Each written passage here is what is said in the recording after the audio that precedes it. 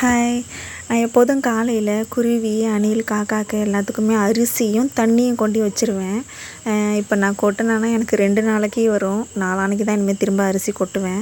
இப்போ summer start ஆனதுனால அணில், குருவி எல்லாம் ரொம்ப தண்ணி குடிச்சிட்டு அந்த இதில் குளிச்சுட்டு வேற போகுதுங்க. ஏன்னா அந்தளவுக்கு வெயில் அதிகமாயிட்டிருக்கு. நான் எப்போதும் அப்புறம் செடிகளுக்கெல்லாம் கொஞ்சம் தண்ணி விட்டுட்டு எப்போதும் ஈவினிங்கே ஊற்றிடுவேன். ஆனால் நேற்று ஊற்ற முடியல. அதனால் அப்புறம் இன்றைக்கி காலையில் தான் ஊற்றினேன். அப்புறம் ரொம்பலாம் இல்லை, கொஞ்சமாக தான் வச்சுருக்கேன் செடிகள்லாம். கொஞ்சம் ஹெர்பல்ஸ் இந்த மாதிரி வச்சுருக்கேன். அப்புறம் காலைல செடிகளுக்கெல்லாம் தண்ணி விட்டுட்டு கொஞ்சம் ஹெர்பல்ஸ்னால் துளசி, ஓமவல்லி இலை, மஞ்சக்கரிசலாங்கண்ணி இதெல்லாம் வந்து தம்பிக்கு சளி பிடிச்சா அரைச்சி கொடுத்துருவேன். இப்போ சம்மருங்கிறதுனால டெய்லியுமே வந்து ஈவினிங் தண்ணி விட்டுருவேன். ஏன்னா மண் வந்து நல்லா ட்ரை ஆகிடுது.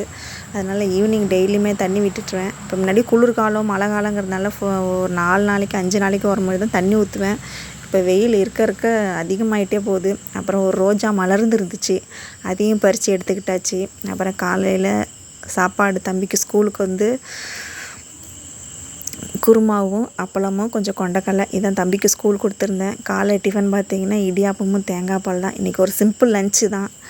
அந்த சமையல் வேலைலாம் முடிச்சுட்டு தம்பியை கொண்டு போய் ஸ்கூலில் விட்டுட்டு வந்துட்டு நான் தான் கொண்டு போய் விட்டுட்டு வருவேன். கொண்டு போய் விட்டுட்டு வந்துட்டு ஒரு ஆரி ஒர்க் போடுவேன். கஸ்டமர் வந்து இந்த டிசைன் கேட்டிருந்தாங்க. அதனால் அப்புறம் சமையல் வேலைலாம் மதியானமே காலையிலே முடிஞ்சிட்டதுனால மதியம் எனக்கு ஒர்க் இருக்காது.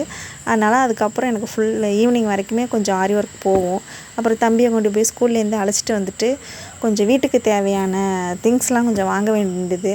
அதனால் மயிலாடுதுறை போயிருந்தோம்.